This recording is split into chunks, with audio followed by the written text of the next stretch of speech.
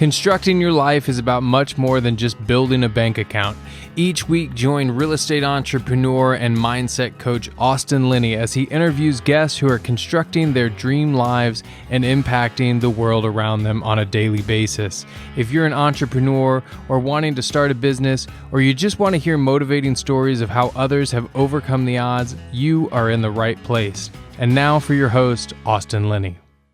Guys, welcome back to Construct Your Life. This is Austin Linney here. I have my man Chandler Reed in the house wearing that terrible Buccaneers hat. Buccaneers. We got my guy down from Tampa. How you doing, brother? I'm doing great, Austin. Thanks for having me, man.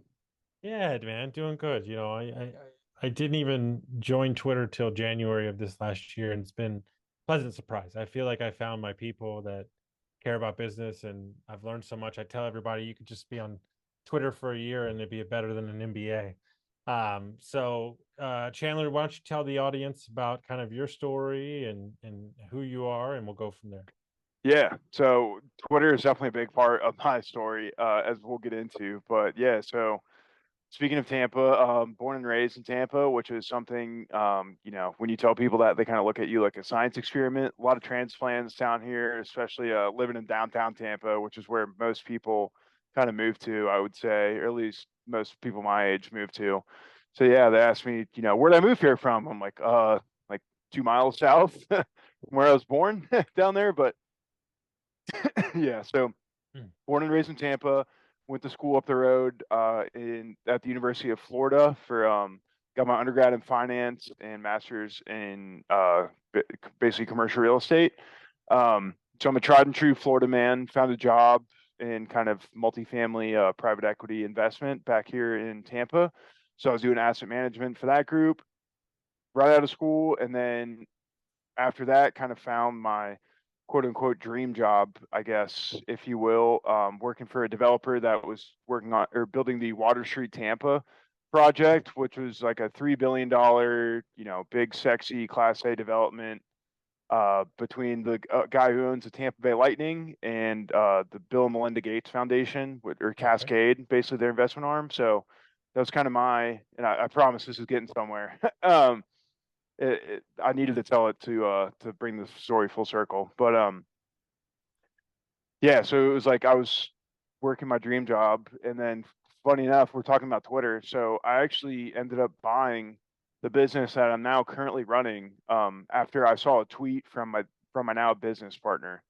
So I'd been on Twitter for about a year. I was writing about commercial real estate, what I was up to in the development world down here, and I found a business that was basically they did lighting projects for a big apartment complexes around the country. So I didn't know anything about lights, but in my previous work lives, I knew about apartments and multifamily, so I knew the clients. So I figured, hey, I always knew I wanted to do something entrepreneurial. I never knew it would take the shape of selling light bulbs.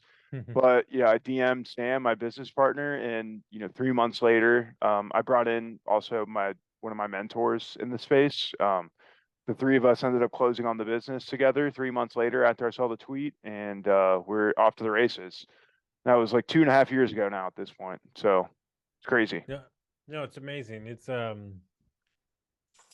try to tell people like not everything, but most of what my network, my business opportunities, my business partners have all come from either Instagram, Twitter, or my podcast. Yeah. And, there's people that I know, he's a former client who's an introvert by trade. He'll tell you he's an introvert, but he's done 180 episodes on his podcast, and it's done everything for him. He's met all business partners. I love real estate. I really do. That's where I cut my teeth. So same as you, 7 years. For me, and just me, it wasn't challenging enough for me. Yeah. It became a lot of rinse and repeat, super boring. Once you understand it, you're like, oh, it's not that complicated. But the complexity of business, especially small business, is never ending.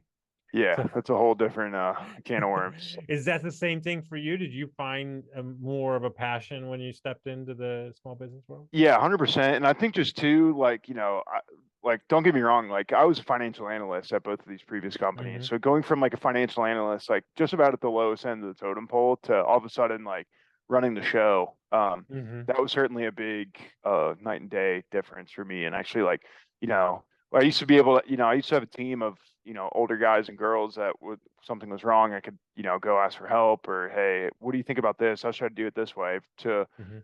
buying a business where, I didn't have anyone to ask. And if it didn't get done, we were royally screwed. So I had to go figure it out and learn on my own. So that was been a blast, and probably the biggest, night and day difference between real estate and small business. And when you bought the business, did you get installed as CEO or did you work in a different capacity? Yeah, no, I was installed as CEO. How So many with the employees? Yeah, so when we bought it, it was a big turnaround. We only had one employee when we bought it. So kind of the story of it was, back in like 2017, the business had about like 15 employees. It was doing great. It was almost doing, I think about 15 million bucks top line revenue. But the seller then started basically like instead of installing, new LED lights out of apartment communities, he started doing smart homes for apartment complexes. So there was a recurring revenue piece to that. So it was a lot more sexy, if you will, than just coming in, installing lights, washing your hands, and moving on to the next building. So we basically took his time, attention, and resources, and in a lot of cases, or in, probably 50% of the old employee base, over to this new company. So when we got to it, there was basically one guy who was doing all the fulfillment. All the leads were inbound, and it needed a lot of TLC to get it back to its former glory. So yeah, so I basically stepped in as the CEO, COO, head of sales, HR, half of our accounting department, like you name it. Like, besides actually going out there and screwing in light bulbs, which we sub out all of our labor, or like managing a project, which actually I take it back. I did a little bit of project management, and I did kind of our initial kind of boots on the ground assessments when we were going to go put together a scope for a project. So outside of like screwing in a light bulb, I pretty much did everything inside this And business in the past 2.5 years. and when you bought it, what was the revenue at when you bought it? Yeah, so when we bought it, it did, like, the trailing 12 months, it did right around like 900K in revenue. Okay. Um, 900K, one employee. What is it at now? 2.5 years. yeah, so I guess the better story to paint, I can tell you too, what Sure. happened this Yeah. year after Do it. the Yeah. collapse of multifamily transactions with the spike in Yeah. interest rates the past couple of months. Hmm. But in 2022, so full year 2021, I guess from May until December. So I guess if you annualize it, we did probably around $1 million. So like, Hmm. 100K better than the previous year. Hmm. And then in 2022, we did like 3 million, and it was just over $3 million. It wasn't even to the over 10K, 3 million and 10K, but it Hmm. was over $3 million, which was Hmm. sweet. Hmm. And then this year, depending on how a few contracts shake out, I think we're gonna do like 1.75. So it's Okay. pretty steep drop off. Yeah. Um, and that was because, we realized, or we didn't realize in our initial due diligence, just how much of these projects were coming from people who were buying value add apartments, and Hmm. lights were one of the biggest things that Hmm. they would touch when they would go to fix it up. So yeah, so kind of during that time when we bought it, doing 900K with one employee, in 2022 at our peak, like I said, $3 million. We had 7 full-time employees, 2 overseas, Philippine-based teammates, and then 5 in office. So we hired, 4 or 3 new in-office teammates that year. Come, March 2023, we had done 10K of revenue after having done 3 million bucks the year before. Because, when the interest rate spiked, not only did transactions just completely stop, Hmm. but everyone, as you know, the same dollars that you go to put capital improvements into your community are the same dollars that you go to pay your interest payments with Hmm. on your loan. So all of a sudden, your interest reserves, or your interest payments spiked. People were like, "What the hell's going on?" When their money's so close to their chest, no one knew what the hell's going on. And obviously, us being a project-based business, not a recurring revenue business, we have to do projects to keep the lights on. Hmm. Not to use a horrible pun with the lighting business, but How did you not go crazy? How did you not like? Oh, I went fucking nuts. Excuse me. Part of my language, but yeah, I No, went no, no. crazy. You haven't listened to my podcast. I cuss more than Yeah. anybody. So Okay, go perfect. ahead. Yeah.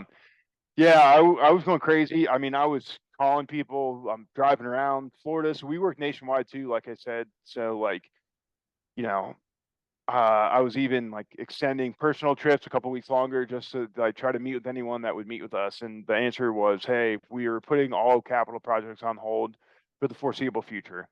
Mhm. So that, when we got there, when we realized that, we looked at a runway. At the time, we were still paying off our seller financing too, which we paid off later this year, which is sweet. So now we're officially debt free, but we can get to that later. But Mhm. yeah, so we basically, I talked with both my business partners, the guys, we're out of money. No projects are coming in.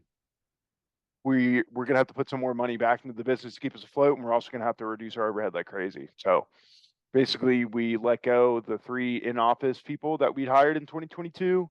One of our VAs got rid of our office, got rid of our nice to have, but don't need softwares. Kind of really reverted into default alive mode. And that was in March of 2023. And I don't know by what happened, but the business gods, saw me make some sacrifices and decided to reward me in April of 2023. So like a month after we'd put like I think it was like an extra 150K into the business just to like keep it floating while we could, because we knew the lights at an apartment complex are like a need. Like Yeah. you have to have lights. So it was just going to be how long do we have to survive out of this? I took a little pay cut, anything that we needed to do to keep it floating.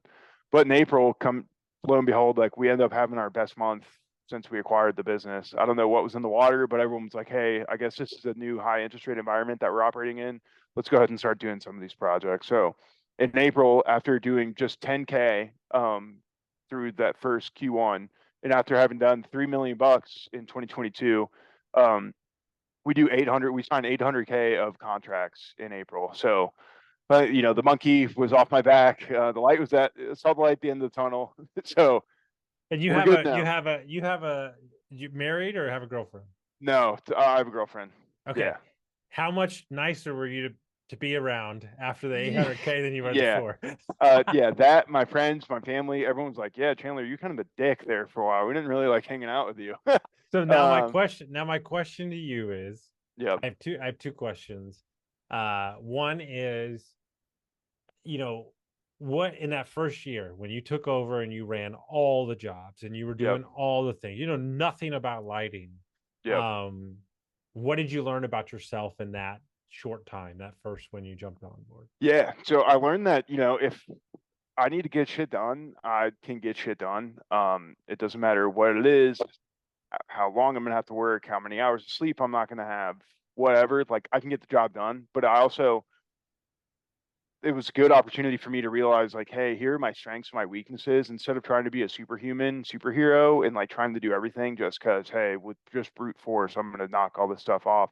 What am I really good at? And start doubling down on that. And what do I Mhm. either not like doing or I'm not good at, and just delegate that away to someone that is way better at Mhm. it than me. Mhm. Like, Mhm. don't try to be Superman here Mhm. because, you're just hurting the business at that point. And So that, what did you learn from 10K in 3 months to 800K in 1 month about yourself? yeah, well, I learned number one, especially after going from the 900,000 to $3 million. I kind of thought like, oh damn, this business stuff's so easy. I'm fucking the next Warren Buffett, or whatever. I'm a genius, Elon Musk.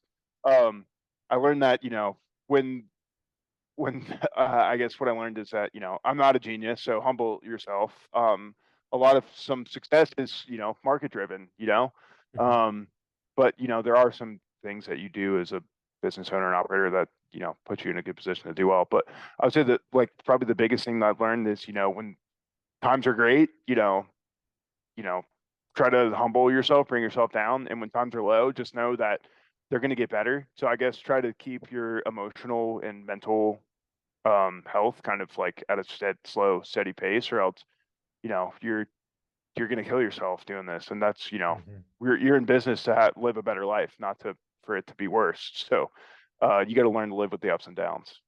And how important were your business partners during that? They're a little more, they've been around a little Yeah, longer, right? yes. Yeah, They're both kind of, I guess, Sam Rosati, who is kind of like in the SMB small business world, kind of like, been doing it for 10 years at least. And then my other business partner, Bert, who was kind of like the multifamily industry veteran who knew all that, but, had been a part of, both of them had been a part of big companies, growing companies. They've been there, done that. And yeah, having them was invaluable. I don't know what I would have done without them. Just kind of not even from like, obviously we had to do a capital call, which all three of us chipped into, but like just mentally, like so the funny thing was I'd never hired anyone before, which I did my first 5 in 2022. And then lo and behold, like 6 months after I made my last new hire, I guess, if you will, I had to go fire everyone. I'd never fired anyone before. So I'm like, guys, well, one, I was like, I wasn't trying to pussy out of it. I'm like, I'm going to do this. I need to do this. I run the company. But two, like, any advice for me? Because like, how am I supposed to feel? Am I supposed to feel bad? Like, obviously, like, I just didn't know what to expect. And they were there to, not hold my hand, but kind of just guided me through the whole process. So they're invaluable. So I've had companies and I've managed people, but not at the scale that I do now. We have 47, 48. Nice. I've let go, or they've quit, or I fired them 14 of the previous staff. And then we've hired about, 27, 29. Nice.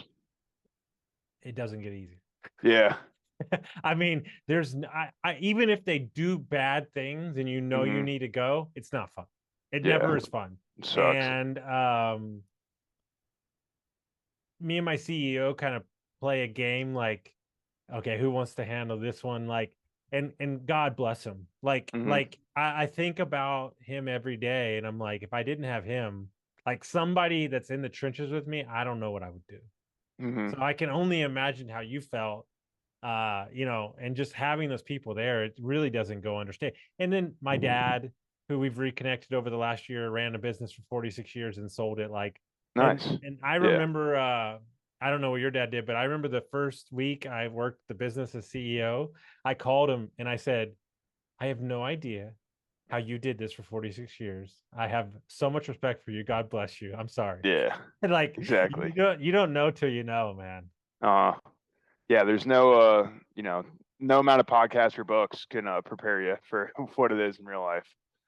So have you purchased another business, or you're just running this business so far? Or? Yeah, just running this business so far. So like I said, it's been about 2.5 years now. I'm kind of like actively in the process of, we're already looking at, we've kind of hit default alive mode now, which is good. We started doing some in the middle of this year too. We've been working on it for about like 6 months on not only just lighting, which is obviously, kind of our bread and butter, but EV charging station installs. So we just started winning our first couple projects like that for apartments. So we kind of have like, hey, we're getting this like steady business in, and then, this is our default alive mode. We're here now. This is good. And then when, commercial real estate market gets hot again, we can be a little bit more thoughtful about growing it again, not trying to overgrow to meet up with all that stuff. But yeah, so right now I am currently kind of like processing myself out, if you will. Like I kind of have identified the hire and hirers that we need to make to fully get me out of it.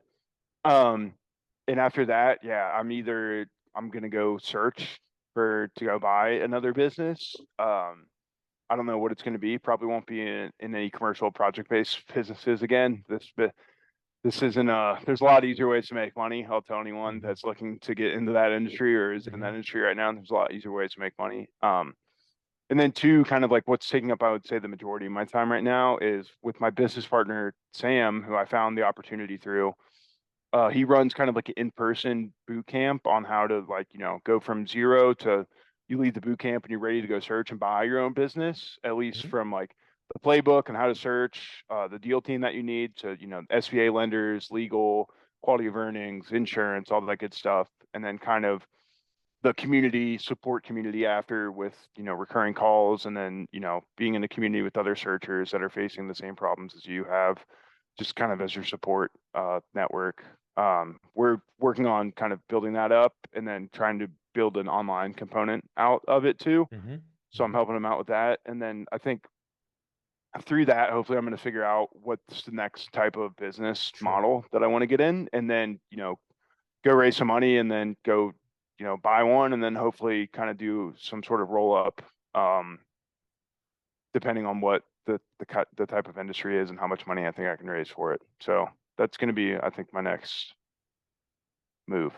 I mean, obviously, you were a kid and you were growing up and you were dreaming about the things you could do. I don't think lighting was No, top of the heap, right? But no. it cracks me up because people think I'm joking. Like, I've never seen a furnace until I moved here. I don't know what that is. Yeah. I'm from Texas. There's a Yeah. there's a unit on the ground and it makes hot air and cold. That's what I know, right? Yep. I understand the business aspect of it and the people aspect of it. Is that like, obviously, like, lighting doesn't like light you. That's a stupid Exactly. pun. But, Yeah. but did you just fall in love with the business aspect of the execution of it? And that's Oh how. yeah, 100%. So like I grew up playing, team sports. Now I mostly played. I guess I still play in my church softball leagues. That's a team sport. But growing up playing football and baseball, just the team aspect. That's kind of like what business is now, unless you're playing professional sports. Especially being the leader of a team. Motivating and getting people fired up to achieve a common goal. Which instead of winning a ball game, it's Mhm. hitting your goals in business and doing well for both your team and the shareholders and all that stuff. So a lot of parallels to it, which I think that's what fired me up most. Yeah, I'm not going to sit here and tell you that I love light bulbs, but with our projects, we do save our owners money, so I do like helping out, or our clients' money, so I do Yeah. like that aspect and solving Yeah. problems for them, making their lives easier. I find joy in that, which I love the that. medium is through the light bulbs. So Yeah. So when you're in these boot camps and these searchers, and for anybody who doesn't know that what is, there's this phenomenon because I've talked to them, and I don't know who, and I'm not, I've just talked to guys. That's all I'm saying, guys. So don't freak out. I talked to a lot of men that are doing this. I don't know who these spouses are that yeah, allow these guys to take off 16 months to go find a business. God yep. God bless their better halves. You see these people and you've hosted a couple of these boot camps and you've met these people. Is there an age that's normal? Is it all over the place when you meet them? Is there a common theme that you see through the people that are searching for businesses? Yeah, so I think the common theme is at least the people that so I would just say kind of like the demographics of um the people who roll through our boot camps. It's probably like early to mid 30s men who have families that kind of have been grinding the corporate life for a long time, and now they're starting to have kids and they can't Mm-hmm. spend as much time with their kids as they want, or obviously their family is now taking a big priority in their time, whereas when they're in their 20s, whether it was working in private equity or investment banking or whatever, tech, their kind of big time priority was the company that they were working for. Now they have families, they kind of want to take more ownership of their time and their life and their money, and kind of something that's super easy for them instead of, trying to build the next Uber big startup. It's like, let me Yeah. go buy this business that's been in existence for X number of years that isn't going anywhere. It just needs a little bit of new, fresh life into it, as the owner, and kind of digitizing your processes. So yeah, so that is the biggest thing I would say demographically. But yeah, there's been a lot of women that have rolled through too, I love just it. which is really cool too. A There lot needs of to be way more. yeah, Yeah.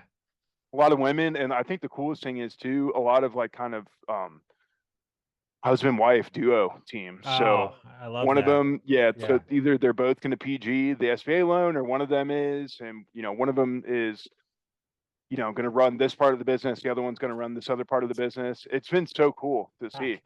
I got to tell you the story. So I take my my sales manager, I take him out on the first week I was here, I took him and his wife out and we were talking about something in the business, and his wife like they've been dealing with this problem for like 7 years. She fixed it in like 10 minutes. No She was way. like, well, Yeah. she's like, well, if you just do this and you do this and you do that, it would be so much easier. And I was like, see, like even your wife understands. Yeah. Like I love that because it's the different views.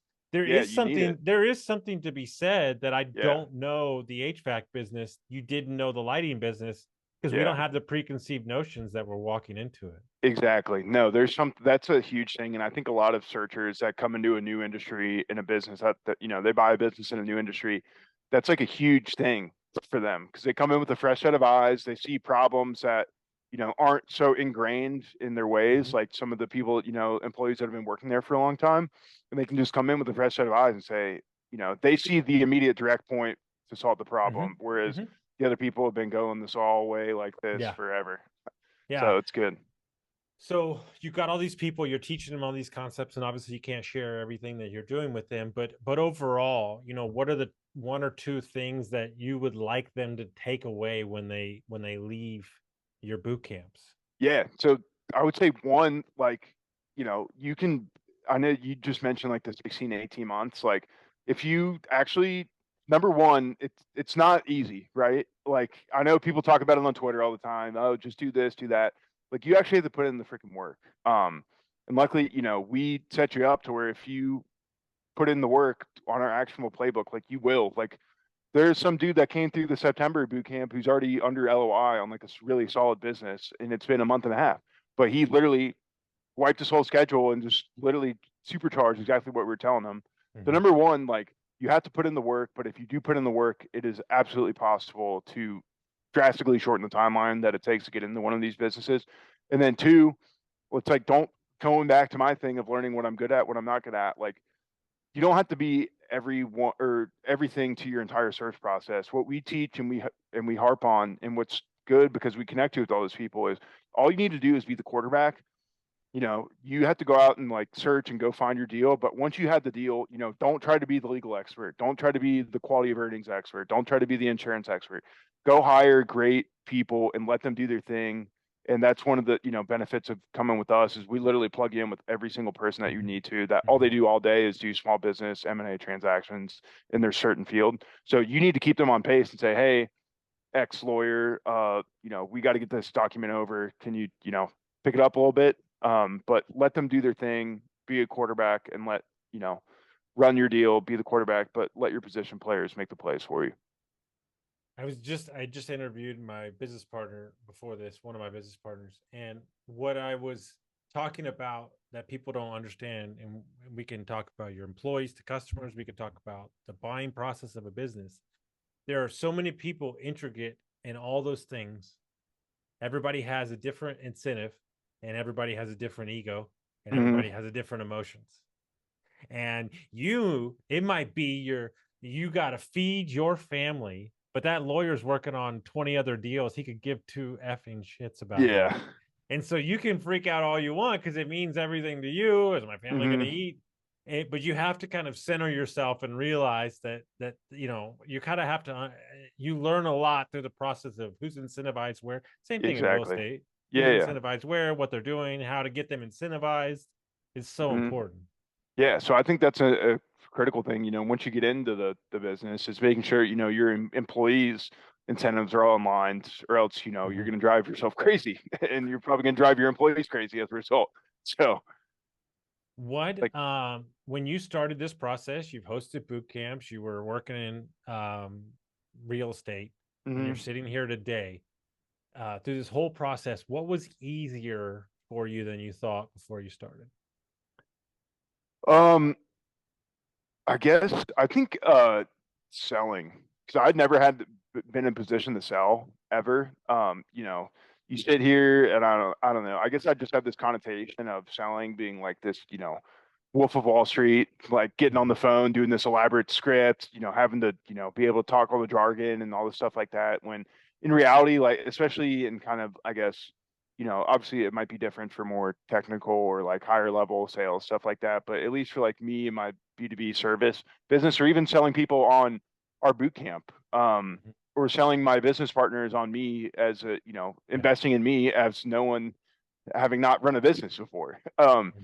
just being authentic and letting your true self come out and not trying to be overtly salesy. I think if you will, just like, hey, let your true self be authentic, let your true self come out, and um, just be a normal, likable person, and you'll sell yourself. You don't have to do any kind of overt stuff like that. But I guess I almost had like I got nervous, like, oh my gosh, I'm gonna have to like ask someone for this amount of money. But like if you just, prove through being yourself and showing why your products and why your services are good, they sell themselves, and it's not really that big of a deal. And at the end of the day too, it's like, you forget you're not just taking money from them. You're also, if you're good at what you do, providing them a tremendous value that they otherwise couldn't get elsewhere. So it's a two-way street.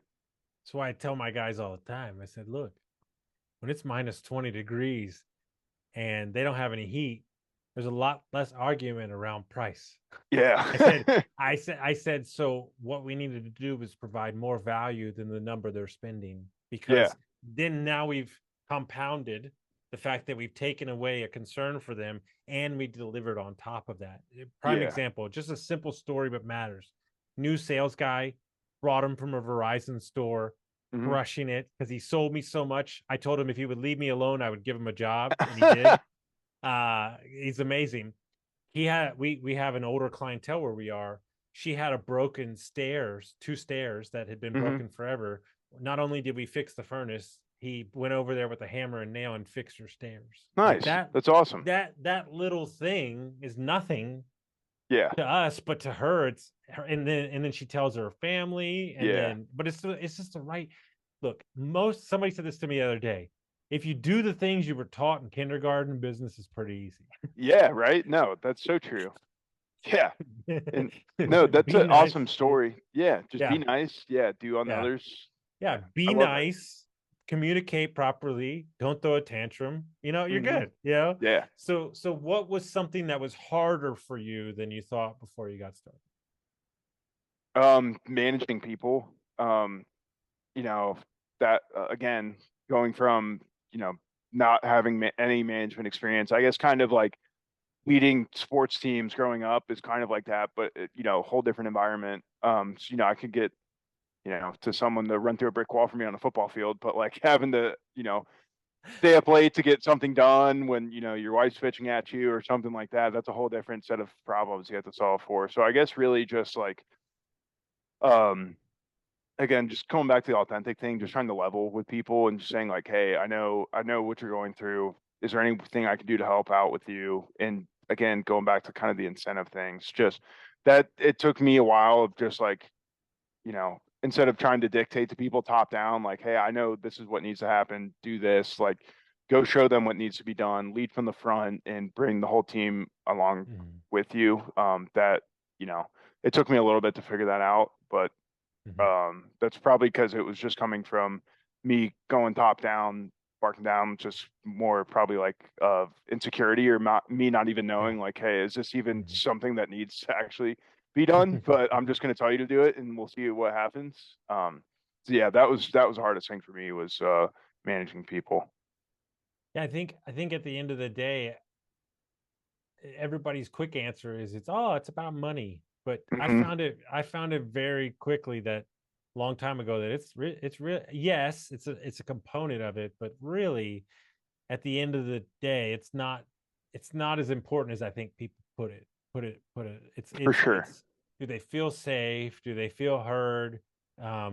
Do they like what they do? Do they hear what we're trying to do? What we not messed up on, but we're trying to get even better at is a lot of the salespeople and the upper management have the vision of the company, but the techs who are in the field every day are out there all the time, so they don't hear about all the things that are going on.